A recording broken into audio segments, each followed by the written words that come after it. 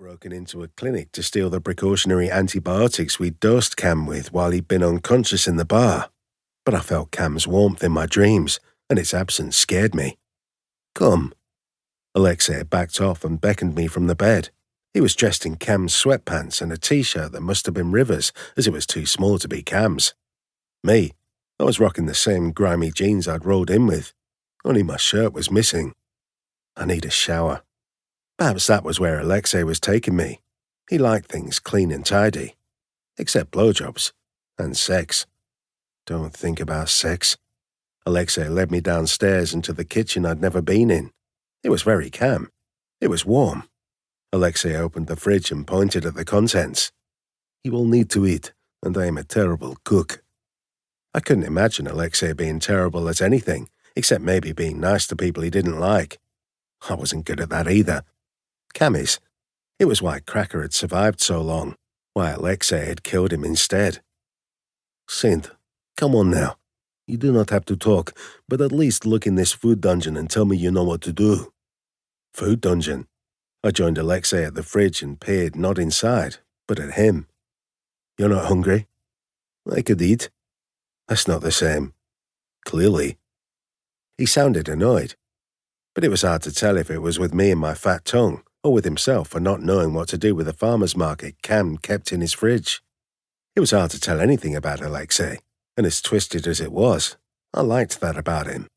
He made me think, made me look deeper at just about everything. Whether he knew it or not, he made me stronger. Was it wrong that I thought he was cute? Maybe. This dude was a stone-cold killer, a hitman for the Russian mob. Wanting to pinch his cheeks and make him smile was fucking weird. "I can make omelettes." I pointed at the eggs. "With green shit." He always wants the green shit. What, himself or for you? You really don't know him, do you? Alexei fished spinach and mushrooms from the fridge, leaving me to grab the eggs. "I'm trying, and it is not so hard. He is open to those he wants to be. It is you that puzzles me." I opened my mouth to ask him why, but nothing came out. An imaginary brick blocked my throat, and the words scrambled in my head. Alexei's stare turned owlish. "Do you have your phone?" The question seemed off topic. I frowned and patted my pockets. Somehow, it was still stuffed in my jeans. I held it up. He jabbed a finger at the blank screen. "If you want to talk and you can't." I wasn't used to anyone being so direct. Most people got bored and wandered off, or assumed I had nothing to say. Cam was patient when he had the time. Ragey as hell when he didn't. Alexei's easy acceptance unnerved me. I waited for cold, hot embarrassment to flood me, but nothing happened. Alexei waited as if it was the most normal thing in the world to text him when he was right in front of me. I opened my phone, tapped the screen, then held it up to show him. Saying, "Why? Why do you puzzle me?" I nodded. Alexei pointed at the stove. I followed his direction and joined him there. "You are hard to read, not about Cam, but with everything else." Saint, "The club?" "No." Everything else. He meant him, and Cam, and me. The three of us. Saint, "I can't read me either, but you can't talk about being cryptic AF." Alexei smiled and opened a cabinet. He found a frying pan and held it up to me. I nodded, and he placed it on the stove with undue care. Then he hoisted himself onto the counter. Apparently, I was cooking alone. I didn't mind.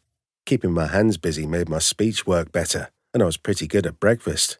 Which was lucky, because I sure as shit couldn't cook anything else. Alexei watched me slice mushrooms and hack up spinach. Actually, he watched the knife, and I wondered if he was nervous of me. Most people were, but he wasn't most people. Rumour had it that he'd snapped Frank Crow's neck, that cunt drummer too, and neither man was fucking small. I found a bowl and a fork and pointed at the eggs.